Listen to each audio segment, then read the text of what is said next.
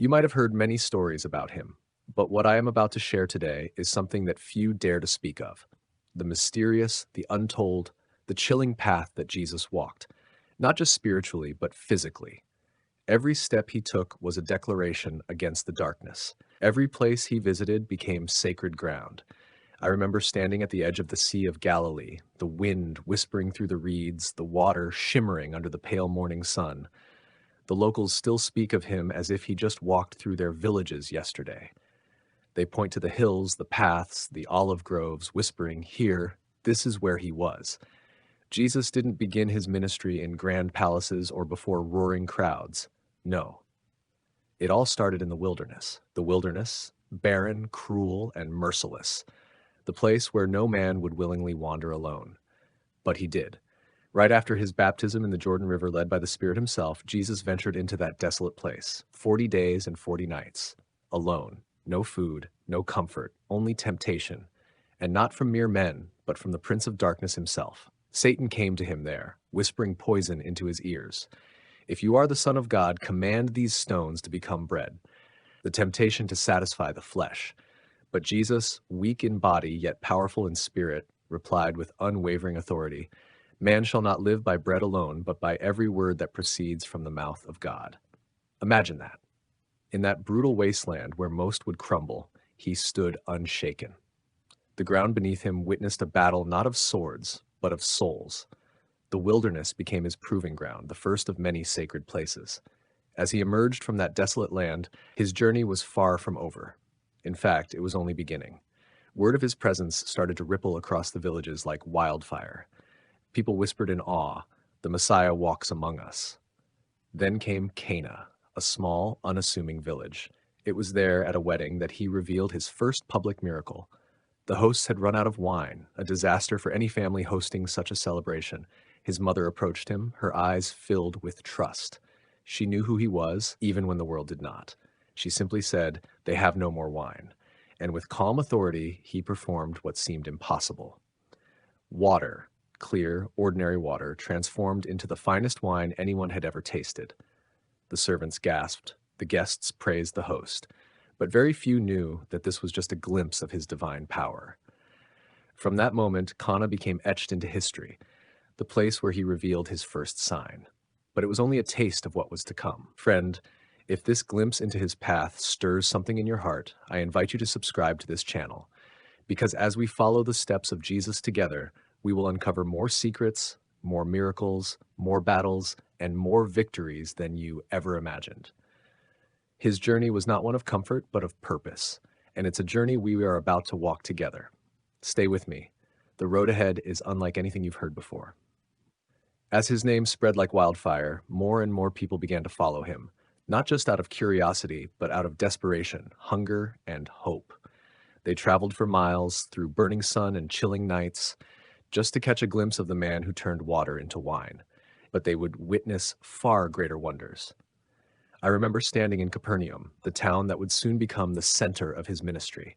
The narrow streets still seemed to whisper his name. It was here that he faced the broken, the sick, and the demon-possessed, and one by one he restored them. There was a Roman centurion, a man hardened by war, a man of authority. His servant lay dying. With trembling voice, the soldier pleaded, "Lord, I do not deserve to have you come under my roof, but say the word and my servant will be healed." Jesus looked at him, his eyes filled with astonishment and love. "Truly, I tell you, I have not found anyone in Israel with such great faith." And just like that, without even stepping into the house, the servant was healed. News of this spread like an unstoppable flood. People now believed that not even distance could limit his power. But his path was far from safe. One evening, he and his disciples boarded a boat to cross the Sea of Galilee. The sky was calm at first, but suddenly, as if darkness itself was determined to destroy him, a violent storm erupted. Furious winds roared. Waves crashed over the boat. The disciples screamed, "Lord, save us! We are going to drown!" And where was Jesus? Sleeping in the middle of chaos. And then, with terrifying calm, he stood up. His voice cut through the howling wind. "Peace, be still." In an instant, the waves flattened, the wind ceased, silence returned.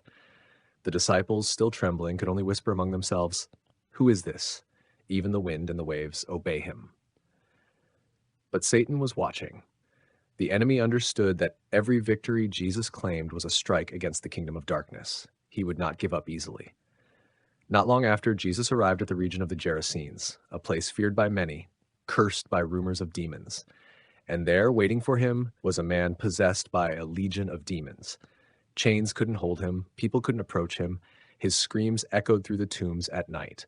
But when Jesus stepped onto that shore, the man fell before him. The demons, speaking through the man's broken voice, begged, "What do you want with us, Son of the Most High God? Do not torment us." With one command, one word, Jesus drove them out. They fled into a herd of pigs, which rushed down the steep bank and drowned in the lake. The villagers, filled with fear, begged him to leave. And so, once again, he departed, his work done, but his enemies stirred. Every place he walked, from the desolate tombs to the crowded streets, was marked by both deliverance and conflict. The war between light and darkness raged on, but Jesus pressed forward, knowing the greatest battle still awaited him.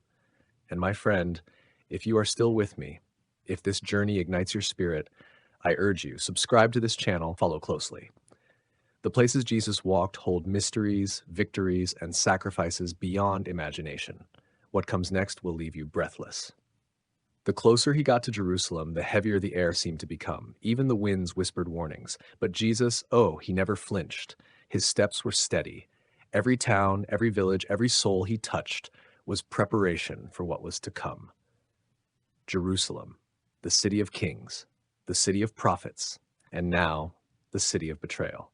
As we entered the gates, the crowd roared with excitement. People laid down palm branches, crying out, "Hosanna! Blessed is he who comes in the name of the Lord." It was a parade for a king, but one destined for a cross. I remember looking into his eyes that day. There was no fear, only divine resolve. He knew every face, every heart, every intention. The people cheering today would soon be the ones shouting, "Crucify him." And yet, he loved them still. In the days that followed, he preached in the temple courts with bold authority. The religious leaders, threatened and enraged, plotted in the shadows. They whispered with Judas. They bought his betrayal with silver. The night of the Last Supper arrived. The air was thick with sorrow. Jesus broke the bread and poured the wine, his voice calm, yet heavy. "This is my body given for you. This is my blood poured out for the forgiveness of sins." Later that night, in the Garden of Gethsemane, I saw him fall to his knees, praying in agony. Drops of blood fell like sweat. "Father, if it is possible, let this cup pass from me, yet not my will, but yours be done." And then came the betrayal. The soldiers arrived with torches, swords, and clubs. Judas kissed him, a sign of treachery. They arrested him as if he were a criminal, dragging him through mock trials, beatings, and humiliation. The crown of thorns was forced onto his head. Blood mixed with sweat ran down his face. Pilate presented him before the crowd. "Behold the man." But the crowd, stirred by the priests, shouted, "Crucify him! Crucify him!" And so, carrying his own cross, he walked the brutal path to Golgotha. I followed at a distance, my heart torn apart. Nails pierced his hands and feet. The sky turned black. The earth trembled. And with his final breath, he cried out, "It is finished." At that moment, the veil of the temple tore in two. Graves broke open. Darkness recoiled. But friend, this is not where the story ends. No, this was only the beginning of his greatest triumph. On the third day, the stone was rolled away. The tomb was empty. He had risen. Death, once feared by all, was defeated forever. Sin, once holding mankind in chains, was shattered. The kingdom of darkness trembled. The places Jesus walked were not just locations on a map.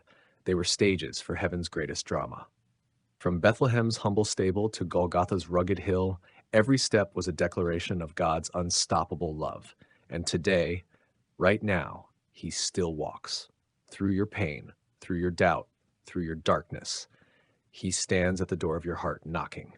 My friend, if this journey stirred something inside you, if your heart feels that burning, I urge you, don't let it fade. Subscribe to this channel, follow this journey of faith, and share this message. Let the world know. The places Jesus walked still echo with power, and his story, his victory, is not over. It continues in you.